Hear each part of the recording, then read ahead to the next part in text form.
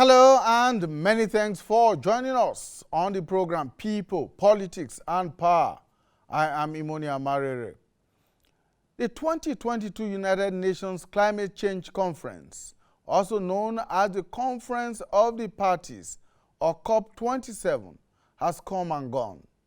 The conference, which held in the Red Sea city of Sharm El-Sheik in Egypt, lasted a few more days longer than planned due to the inability of the participating nations from the global north and the south to come to terms on key issues of climate financing. The global south has for about 3 decades been pressurizing the global north for climate justice, which is essentially that the rich countries should pay the poor or developing countries for climate-related loss and damage. The 2022 conference ended, arguably, on a positive note for the proponents of climate justice and possibly for developing countries, as a deal was finally struck after an extended meeting. The argument of the poor countries has been hinged on the fact that their contribution to carbon emissions is significantly negligible compared to the rich, industrialized countries of the world, even as they are the ones bearing the major brunt of the devastating effects of climate change. Now, for decades, the industrialized countries have refused and failed to commit to reducing carbon emissions and work for the attainment of 1.5 Celsius temperature limits as a point to create a sustainable climate environment for Mother Earth. The Loss and Damage Fund deal in Sharm El-Sheik, therefore, is seen by some as a big step for the poor countries of the South, while others describe it as vague because the details for the framework for the generation and management of the fund are yet to be knocked out. There is also the question of who will benefit from the fund and what will be the parameters. On the other hand, will the fund embolden or discourage the rich countries from emitting more carbon? Now, outright pessimists argue that the fund will never see the light of the day and by implication will never deliver on its expected outcomes.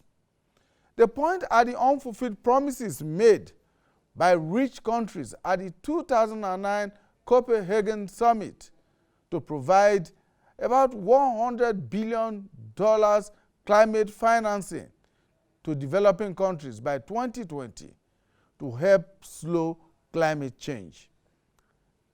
They point at this as an example of what to expect from the latest deal, which is put at about $260 billion. Now,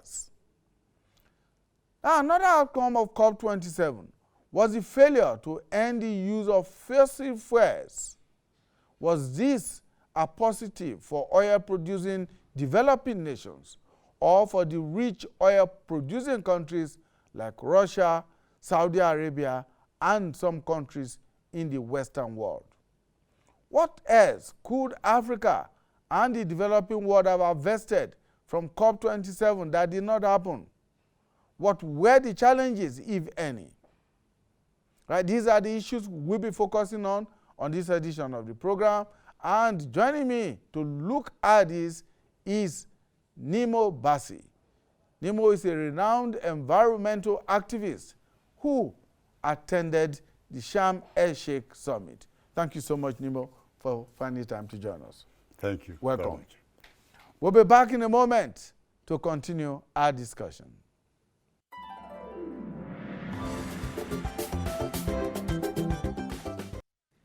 Well, thank you so much for staying with us. People, Politics and Power, we're focusing on the outcomes of the Sharm El-Sheik COP27.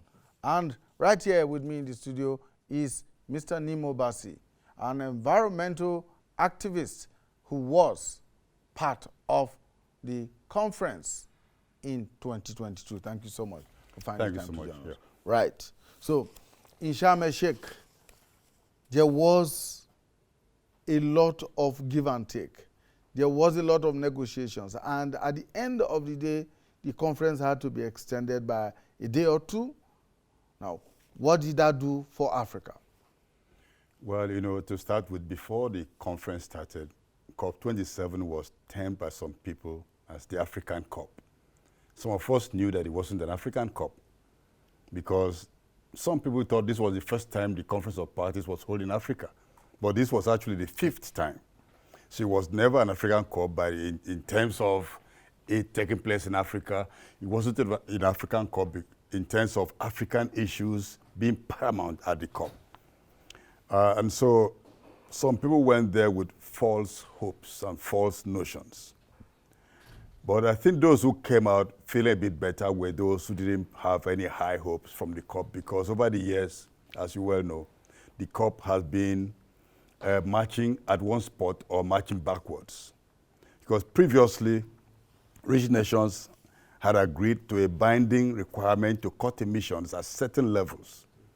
But right from COP15 in 2009, when the voluntary emissions regime came into play, we now have, especially consolidated in the Paris Agreement, that what is now called the NDCs, nationally determined contributions, that nations can cut emissions at any level that is convenient for them, hoping that they will consider the overall global situation. So we've seen throughout the year, especially from last year, just before Glasgow meeting, UNEP, United Nations Environment Programme, produced a report that showed that what countries said they were going to contribute was not going to help at all. And just before COP27 in Egypt, they issued another report known as the Emissions Gap Report that showed that the things that nations said they're going to do would have very negligible impact in terms of climate warming, the climate change. So in terms of changing and making things better for us. So the Africans had hoped that there would be real delivery in terms of finance and other assistance. And when you look at that, sometimes it looks like Africa is always asking for help. But in this case, really, Africa would not be asking for help when they ask for more finance. They're asking for what is due Africa. Because the climate change itself is a result of activities of rich, industrialized, and polluting nations. So the question you're asking me is whether we came off better than we went in. And I think that's what really happened. Two things happened. You captured this very clearly in the introduction. Two things happened at the end of the COP. After the extension, when the COP was supposed to end on a Friday, and everyone saw that they were not near reaching an agreement, they had to sit up. Everybody had to sit up to make sure they don't come out there without anything, because every COP must come out with an agreement, with a paper, agreed by consensus, so to speak. Now, so this adaptation fund, for instance, some people have described it as not an assistance to Africa, but reparations, climate reparations. Well, there are two things that I implied in your question. Number one is the issue of adaptation. And it's a very sad thing when you did not cause a problem and you are forced to be adapting to that problem. And the person causing the problem continues to cause the problem, and you are required to keep on adapting to that situation. It's clearly unjust. Clearly unjust. So the thing to demand is they stop the pollution, stop releasing more carbon into the atmosphere, and manage what is already in the atmosphere by taking certain actions. These were some of the debates that went on. In fact, before the COP, at the beginning of the COP, there was a paper that was, a concept note that was circulated that tried to define one of the clauses in Article 6.4 of the Paris Agreement. And that was, what does it mean to remove carbon from the atmosphere? What is carbon removal? They had to define what does it really mean, how would it be done? And the paper suggested that it meant removal of carbon and storage in some long-term reservoirs, either on land or in the oceans. And that was very alarming, because if you were going to capture carbon, if it's possible, if it's possible, yes, in the quantity needed to affect the climate, to affect the temperatures, if you capture it and you store it in reservoirs, long-term reservoirs, what is the meaning of long-term? Does it mean 1,000 years? Does it mean 1 million years? If it means 1,000 years, do you have the permission of those who will be on planet Earth to keep that problem for them? And what will happen? What will happen at that after time? that time? So yes. this is an intergenerational booby trap being set by people who don't want to change the way they live and the way they produce and consume goods. So in terms of the adaptation fund actually shifted towards the loss and damage that was the major outcome of this COP, which many people applaud. Now the idea of loss and damage is good. Yeah, because I was going to come to that, because we need to understand what this loss and damage actually means. Exactly. It's a term that has been thrown around every day and everywhere now. What does it really mean? Yeah, it's just that the term is becoming prominent because it's now in the climate agreement. Civil society has been arguing on this, and some negotiators from Africa and the Global South have been pushing this for about 30 years now, that there should be a payment of climate, of loss and damage. But I think also that, first of all, what does it mean? What does it mean? According to the agreement, what came out of Sharm El-Sheik, it means the it's a kind of funds made available to take care of long-term or extensive impacts of climate change on certain territories. That's put in the layman's term. That's where we could summarize that. But you see, this is something that is one step towards climate justice, but it's not yet climate justice, because the real climate justice would not be to define payment of loss and damage just to compensate or help take care of maybe excessive impact of climate change, like flooding that occurred in Nigeria, or drought in Somalia, or flooding cyclone in Madagascar, or flooding in Pakistan. That would not be sufficient. What some of us believe needs to be considered is the payment of a climate debt. A climate debt meaning debt being owed by those who have historically and currently have contributed to global warming by taking up the space that carbon ought to be in the atmosphere at a level that is still conducive for human existence on planet Earth. And don't forget, we are talking about human existence, but we are not the only beings on Earth. There are other organisms and species that we share this planet with, and they also have a right to survive. Because if they don't survive, humans may not survive, because we are all interdependent. Now, the issue is, with this loss and damage, the biggest doubt is raised by rich countries who have said that of course, they've agreed to loss and damage. It's yet to be debated, as you mentioned, where the money will come from, who would be qualified to receive it, for what purpose, when, and all that. Now, they also said that even though they agreed to loss and damage, they don't have intention to equate this to admission of guilt, or admission of liability, or payment for reparation for climate harms, that they won't accept that. That is very dangerous signal. And I think this is what our governments should take note of when they go to the next COP, or the intersessional, which will happen around June, usually in Berlin, in Bonn, Germany. So they should take this very carefully. If the issue of liability is removed from loss and damage, what is going to be that loss and damage is charity. And if it's charity, you can't really ask for an elevated amount to be given to you, because then a beggar, as they say, has no choice. Yes, because that's the direction I was going to. The fact that the rich countries, the industrialized countries of the North, global North, that are the ones responsible for carbon emissions. Africa is said to just contribute less than 1% of carbon emissions globally. But of course, Africa and the developing countries are worse impacted by the effects of carbon emissions. So if the global North is refusing to accept liability for their actions, and in effect pushing the global south to accept that, look, what we are going to give as loss and damage is actually out of our benevolence, out of mercy for the rest of the world. What should the global south then be doing? It's a tough situation because in the multilateral space, everybody tries to be polite, and then they get beaten and they come back and nurse their wounds. But I think we've got to a point where countries who are at the receiving end have to be very firm and demand that there should be a recognition that something is being owed. Something is being owed and something must be paid for. Because you can't push away what has been done in the past. Because it is what was done in the past that is responsible for what we're experiencing today. It's the carbon from the ton of industrial. This is why when they mention the temperature targets, they also tie it back to industrial level, industrial revolution.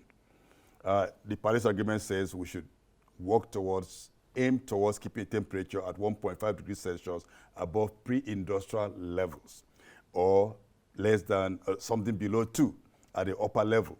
Now, when they mention pre-industrial level, it means that something happened at that moment. And in fact, if you look at the chart of carbon in the atmosphere, it shot up for the moment the world started depending so much on fossil fuels.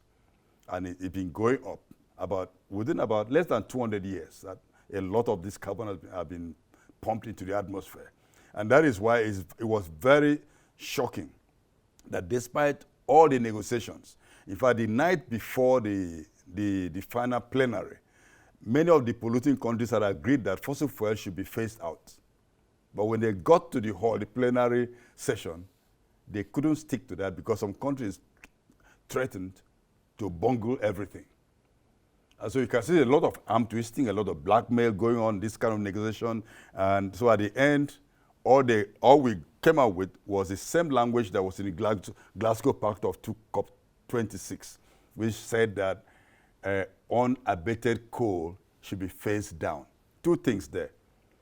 Phased down, not phased out.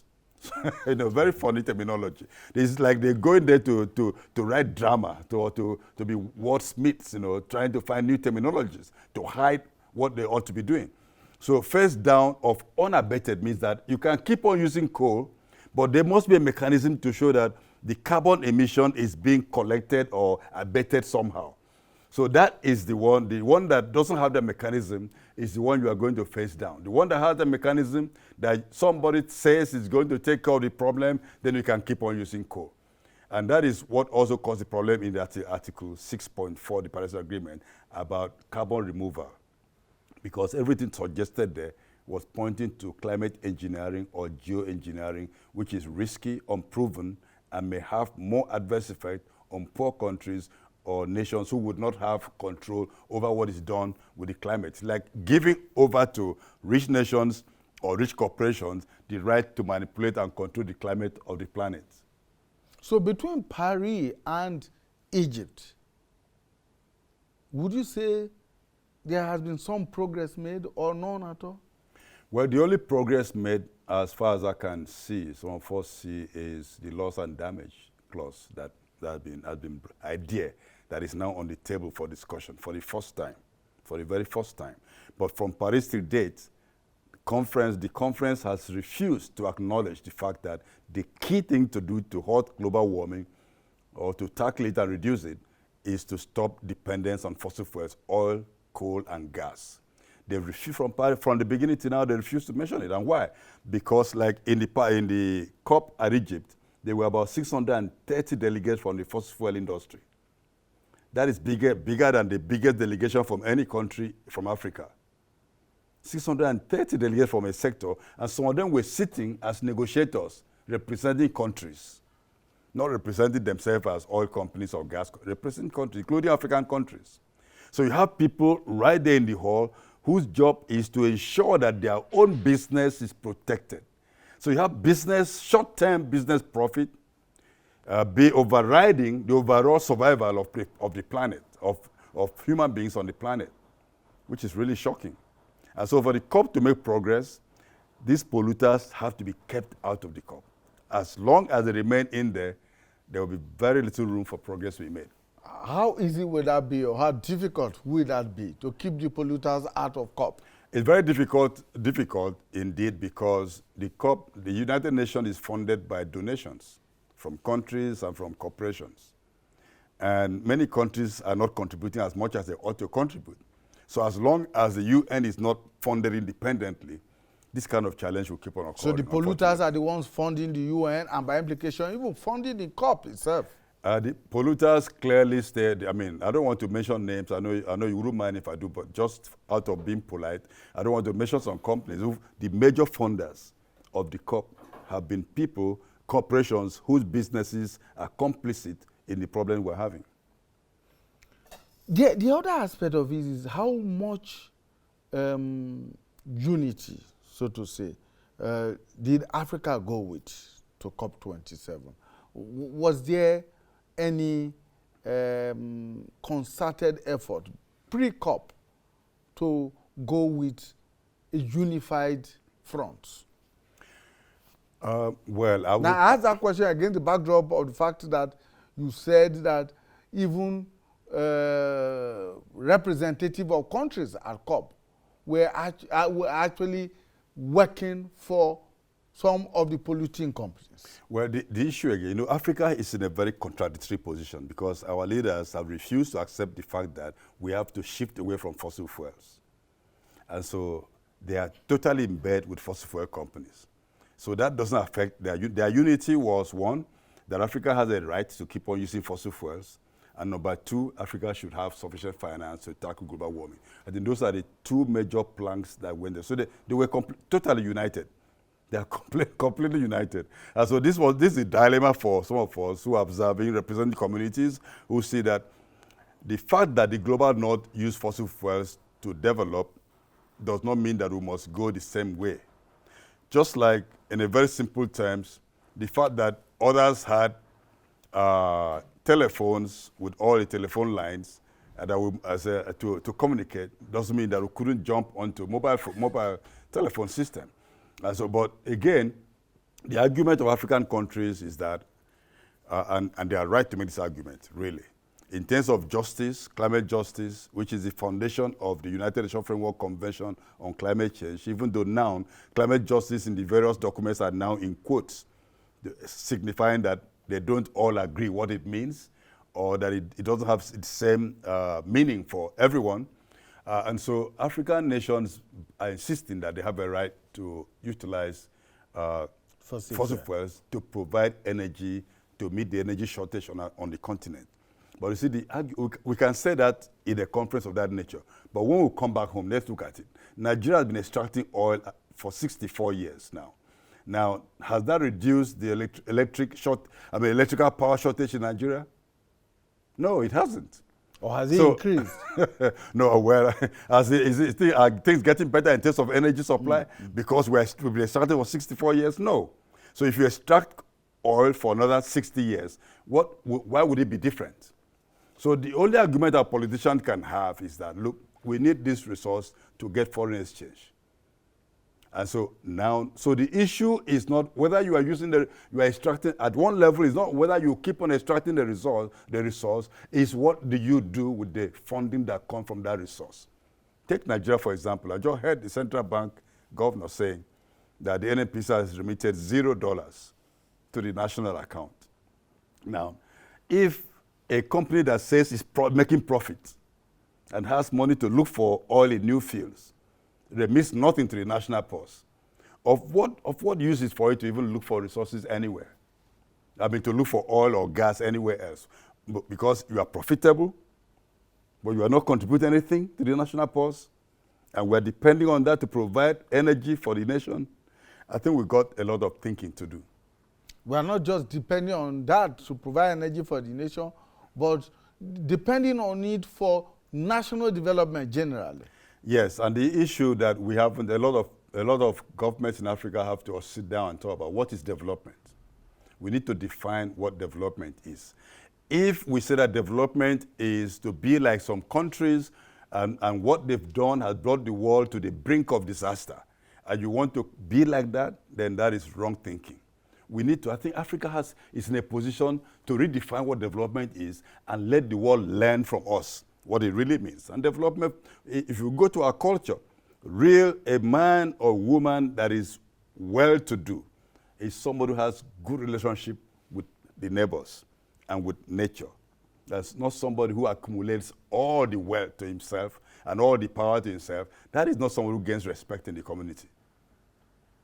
Now, let me bring you back to the loss and damage deal.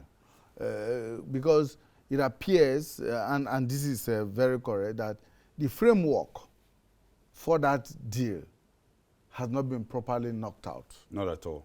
Now, what is going to happen moving forward before the next COP? Is there a possibility that this framework will be ironed out? Is there a possibility that there will be a midterm review of what has happened in Egypt to say, okay, this is the direction we want to go. This is what each of these industrialized countries is going to contribute to the loss and damage fund, and these are the countries of the South that will benefit using XYZ parameters. You know, one of the arguments also on this issue is that who are the developing countries? Who are the countries that will benefit? And some people are arguing that China should not be part of it. China in the United Nations system is classified as a developing country. And of course, they work in the same block with Africa when they go for climate negotiation. So now you're going to have the first argument, take China out, they are not really developing countries. They are one of the top polluters. Yes. And they are also fairly advanced in terms of industrialization. So that would be a big debate. That can be a big distraction also. But of course, there will be an intersessional midterm for review. But if you look closely at the way the system has been crawling, imagine some clauses in the Paris Agreement agreed so many years ago are still being debated today and not concluded. So would the loss and damage, whatever agreement, suddenly come into effect at the next COP? That would be a wonderful miracle. In other words, we just been, well, will I say, the industrialized countries of the world merely agreed to the pressure from the global south. Okay, you want loss and damage fund, we agree to it, but of course, going back to what happened in 2009 at Copenhagen up till now, it just simply means that is another, well, how would I put it? Is another fraud? Well, let's say that from records, as you mentioned, going back to Copenhagen in 2009, the Copenhagen Accord was that from that year to 2020, rich countries will contribute $10 billion a year. Then from 2020, they'll ramp it up. That was the language, ramp it up to $100 billion a year to help vulnerable countries. Since then, that target has never been met. The target of either 10 billion or 100 billion, never met. But there's been struggle to count all kinds of funding as part of that, instead of bringing money as an additionalities to help the poor countries. But you know, with regard to loss and damage, I think we could also give some benefit of doubt. But there are some countries, some rich countries who have already put money down towards loss and damage. I mean, it's not significant, but some millions of dollars are already on the table towards payment of loss and damage. But before anybody could access that money, and before, what we need is multiple of billions, not millions. So that still needs to be hammered out. And how would this run? Would it run parallel to the Green Climate Fund? Or would there be separate tracks? And are you going to close one down for the other? There are a lot of considerations which I'm sure they're going to have very intense negotiations when they get together. And this is why it's time now to begin to prepare the various scenarios and also plan the argument for each one, because the recognition of the historical debt is extremely fundamental. The UN framework itself is based on one of the key principles is the common but differentiated responsibilities and differing capacities. Now, when you say common but differentiated capacity represents responsibilities, it means that there are people who are more responsible than the other, and there are people who have more capacity than the other in terms of tackling that problem.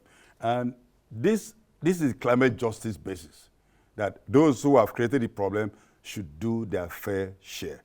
The Paris Agreement said everybody should do it as they see fit, and that's why everybody signed it. But now we've signed it, but it's time to go back to the drawing board and say, look, we can't just open this to everybody to do whatever they feel like. Some countries are planning to cut emissions they don't even generate, because they have to submit a document every year to say this is what we're going to do. I mean, like you said initially, the African countries have not contributed significantly to the store of carbon in the atmosphere. Even all the fossil fuels we are generating in Africa, we are producing in Africa, most of the fossil fuels are for export. 89% of the infrastructure for liquefied natural gas on the continent are built for export. 89% for export. So you can say we're going to generate, we're going to produce to help ourselves, all for export. We're not even burning the fossil fuels here. We are aiding the polluters to burn more by giving them the raw materials. These are things we have to look at. How do we move forward? We can't be export dependent all the time. Always talk about foreign direct investment. Always talk about foreign exchange. What are we doing internally? All right, let's take a short break. When we come back, we will be looking at that. What are we doing internally? After the COP27 conference, Nigeria, as a country, participated in that conference. Shouldn't we be doing some stock taking and planning the next line of action? Stay with us. All right, thank you so much for staying with us. Now, you said it. Let's bring this back home. Let's bring it back to Nigeria after COP. The expectation is that those who represented Nigeria at every level, from governmental to civil society, should sit down and do some stock taking and plan the next line of action. Is that expected to happen? And what are those cardinal and key issues that they should be looking at in terms of the agreements are reached and the things that were not achieved at COP27? Right. Well, I think since after the COP, a number of civil society groups have been doing stock taking and debriefing and trying to make sense of what happened at Sharm El-Sheik. I think, as rightly suggested, there should also be an interface between the various actors in the country to look at what did we take to the COP, what were the arguments, and what did we come up with, and where are we going, and what are we likely going to get from the next negotiations. This is becoming, it has been an annual ritual. Should it just be a ritual, or should it be a ritual, or should it be something that is definitive, like the Soccer World Cup, that you have to have a solution at the end. So these are some of the things we need to look at. Includes nationally determined contributions, the NDCs that we produced and submitted. How are we implementing those things we said we're going to do? Are we taking real climate action, or are we going to depend on the non-solutions that are so popular in the COP itself? The non-solutions include carbon trading. People trading carbon is trading hot air, imaginary arithmetics that people use to make money, rather than stopping emissions. So what are we doing? What is our plan towards stopping emissions at source? For example, when are we going to stop gas flaring? Why should that go on one more day? The oil from Bauchi or Gombe, are they going to be flaring gas up there? What are we doing to take that dramatic, very visible action that will tell the world, yes, we are really doing something in this direction? And when is that going to happen? 2030? That's another deadline that we keep on hearing. I will be hearing deadlines since heard so many deadlines. Yeah, we've heard starting from 1984, yes, when the president was a military head of state. So we've had all these deadlines, and nothing has happened, or nothing significant has happened.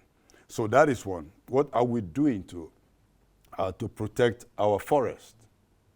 We have the Great Green Wall project that cuts across the Saharan Africa, from Djibouti to Dakar. Now, a big chunk of it got through northern Nigeria. What kind of trees are we planting there? Are we planting native varieties? Are we seeing that as a zone of economic activities where people will be happy to protect those trees and make sure that they survive? Or are we planting exotic varieties? What are we doing about using indigenous knowledge available in our region to protect the environment? There are so many things we really need to look at. Flooding just happened in Nigeria. What is our response? Will the flooding happen again? Of course it's going to happen again. What is our preparation? Which dam are we building on River Benue or wherever to take care of the water that will come again from Cameroon or from anywhere else? So this is time to invest in real climate-proving our environment and our economy. Now, when you talk about investment in the environment, it looks abstract. It sounds abstract.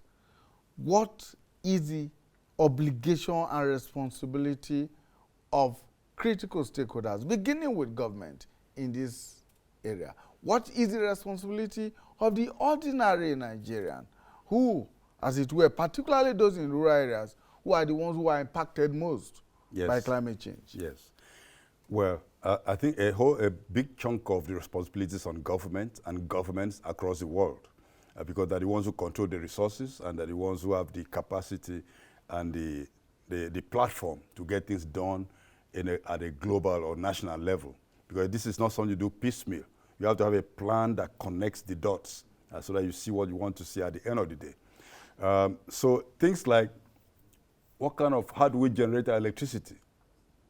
Many communities in Nigeria today are not served by the national grid. And the national grid will be too expensive to expand to all every corner, nook and cranny of this nation, or any nation at all in Africa. And so fortunately, we have the renewable energy option, solar power, that you could have independent systems. Even the most remote communities can have this. And so that's where the investment should be, both by government and by private sector. If private sector puts on a power supply system in a community people, to the best of their ability, will be willing to pay and get the energy supply to them that will boost their local economy. And then apart from that, we need more robust infrastructure. If you're building the East-West Road from Warri to Calabar, and you see that a lot of areas there gets flooded very easily, then you have to construct the road in a way that flooding would not destroy the road. The way that the road itself is alive, is breathing, has capacity to take the water and take it where it ought to go.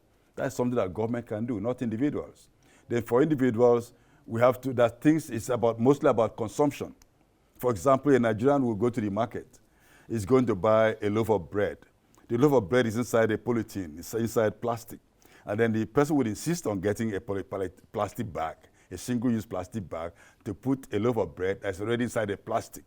And then you find these plastics everywhere, littering all our streets, littering the highways, especially when you have checkpoints or bad spots where traders gather to sell things. So you have this massive pollution. They all end up in the ocean. They end up in the drainage system, end up in the streams and rivers, and go to the ocean. We are creating serious problems. This is also contributing to the problem we're having, problems of flooding, because drainage channels get blocked by various waste items. And so the individuals have a duty to reject single-use plastic bags. Everybody can have durable. Some countries have actually banned the use. Some African countries. Oh yeah, many. Uganda is one, for instance. Yeah, which country? Uganda. Exactly, and South Sudan. You can't use single-use plastic in South Sudan. These are countries that we have much more resources than, and we could.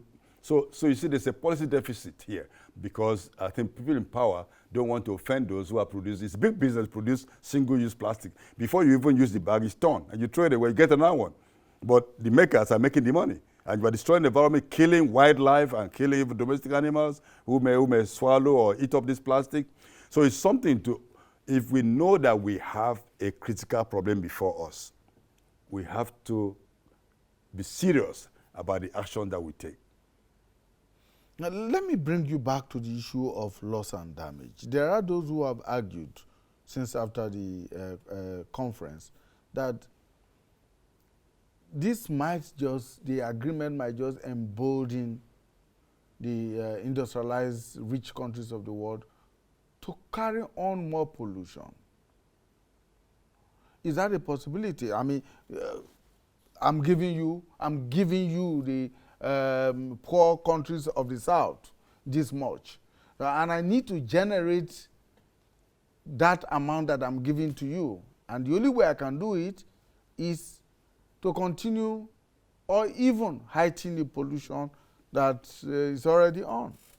Well, it's like somebody said, because I've given you something, then my conscience is clear. I could, kind of, that would certainly happen. That would be part of the thinking. Because if actually you're begging for assistance, you don't really have a very strong basis to demand for strong action. This is why the issue of liability is important. That's why Nigeria should be one of the countries championing the acceptance of the ecocide as a crime before the International Criminal Court. Ecocide being massive destruction of the environment. Those who do that should pay for it. They should be brought before the International Court of Justice, just like those who cause genocide or war crimes or unusual crimes, should be held to account. So if it's possible that some countries could do that, because even now, through carbon trading, which some countries believe is, or if countries and companies believe they believe is a climate action. So somebody says, okay, I'm polluting, but I'm paying someone else not to pollute, therefore everything is okay. Therefore we have net zero. I pollute, you don't pollute, or we bring the arithmetic together and we have net zero. That doesn't really help, but it helps the polluter to keep polluting. Once somebody can pay you to forget about what he's doing, then that's an incentive for the person to keep doing what they're doing. So if loss and damage is taken as charity, of course it's going to embolden the polluter to continue polluting. And these polluters are very shifty. See the Russian war against Ukraine suddenly involved shutting off the gas supply from Russia, and now they're all looking at Africa. They say dash for cash in Africa, dash for gas in Africa. In almost all the sensitive locations you can think of. The Salom Delta in Senegal, the Niger Delta, a new pipeline to go to Morocco, not for Africa, to ship to Europe. The oil from Uganda is going to Tanzania. Why? For Tanzanians? No. To ship out of the continent. The gas in Mozambique is already causing serious conflict. Now we have South African soldiers, Rwanda soldiers, they're fighting to keep the place peaceful. To secure the infrastructure for what? For export. So as long as the polluters can always come here to grab our natural resources, and we always say, oh, give us something in return, or help us to do this or to adapt or do this and that, then it's a no-win situation. That again brings us back to the issue of fossil fuels. Now, some people will say, look, at COP27, it was a positive for the oil-producing poor African countries, poor developing countries, but others will say, no, shouldn't we have gone in another direction as far as fossil fuel is concerned? Now, if you look at these two scenarios, and look at, say, in the next 10 years, is there a possible, since the industrialized countries of the world, as it were, still depend on gas and fossil fuels from the global south, is there a possibility that I say in the next 10 years, 20 years, that this would come up for review at any of the COP meetings? Well, I think in the next COP, they may agree, the next few COP or the one after, they will agree that fossil fuels should be phased out. They almost agreed at the COP in El-Sheik, but the issue is, will they phase it out? And that's a real challenge. Will they actually phase it out? Or will they find ways to say this is going to be abated? We are going to remove the carbon. Those who are designing the infrastructure, the technology for grabbing carbon, they are putting a lot of money into that, and they don't want to lose their money. So, and they have the argument in the book that there's carbon removal. There's no way you can tackle global warming without removing the carbon. That is almost like a given. So how are you going to remove the carbon? Rather than saying, do agroecology, let the soil help us, stop using artificial fertilizers, stop destroying our soil through all kinds of things that we're doing. People are looking for mechanical means to take carbon out of the soil, rather than asking nature to help us do that. So that is going to be a problem going forward. And yes, the thing again is that the shock that Europe is experiencing right now, they may look, obviously they're coming to Africa to get the resources they can't get from Russia, but they also know that anything can happen at any time. So the investment in getting alternative energy is will be heightened.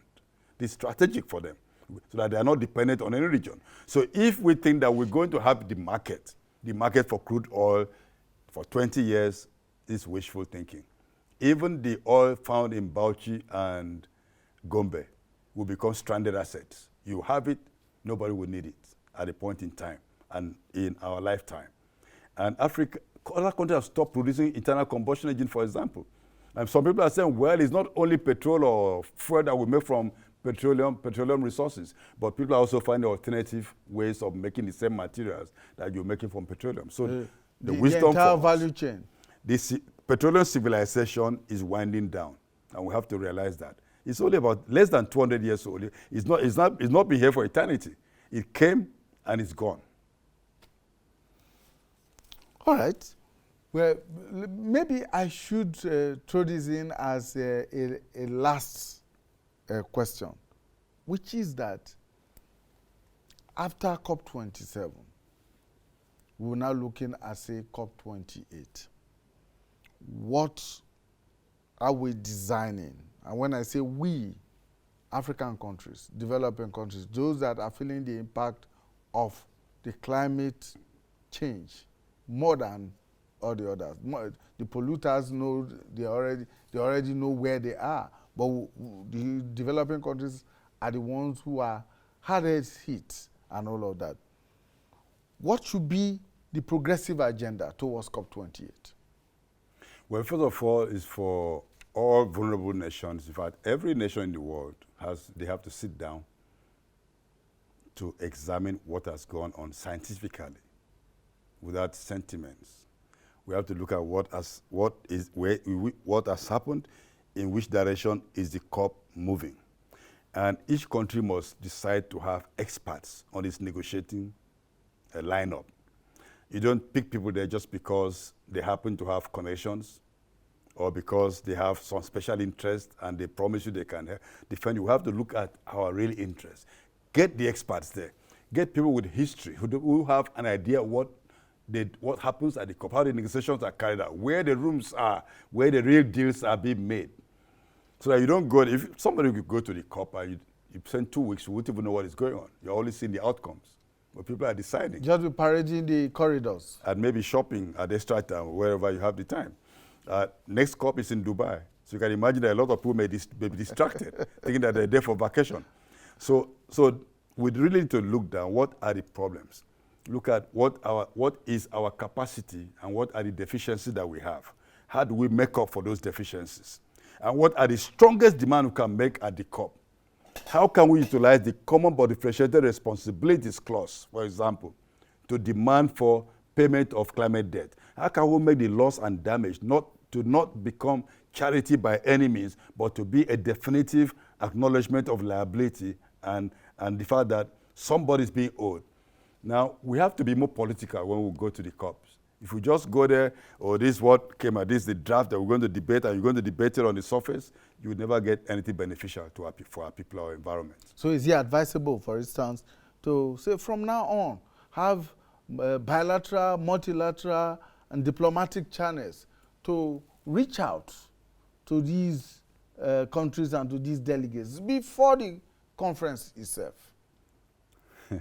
You're asking me a difficulty because you are much into discussion about politics. You're asking me this difficult question. Well, we may not know the first 11 that any country is going to provide. But I know at political level, of course, I know in Africa, the Ministers of Environment always meet. So they must continue to look at what is going on and look at the best interests of the continent and agree on what to do. I find like-minded countries, of course, and build commonalities on what positions to take to the COP. Mm. All right, thank you so much. Mr. Nimo Bassi is a renowned environmentalist and activist. Of course, he was at COP27 in Sharm El-Sheik in Egypt and has shared his experiences and views on the agreements that were reached and the issues that were discussed and even those that fell by the wayside. Thank you so much. Thank you very much. Finding time to join us. Thanks a lot. All right. That's our program for today. Thank you for investing your time with us. We'll see you again when we bring you a fresh edition of the program. Bye for now.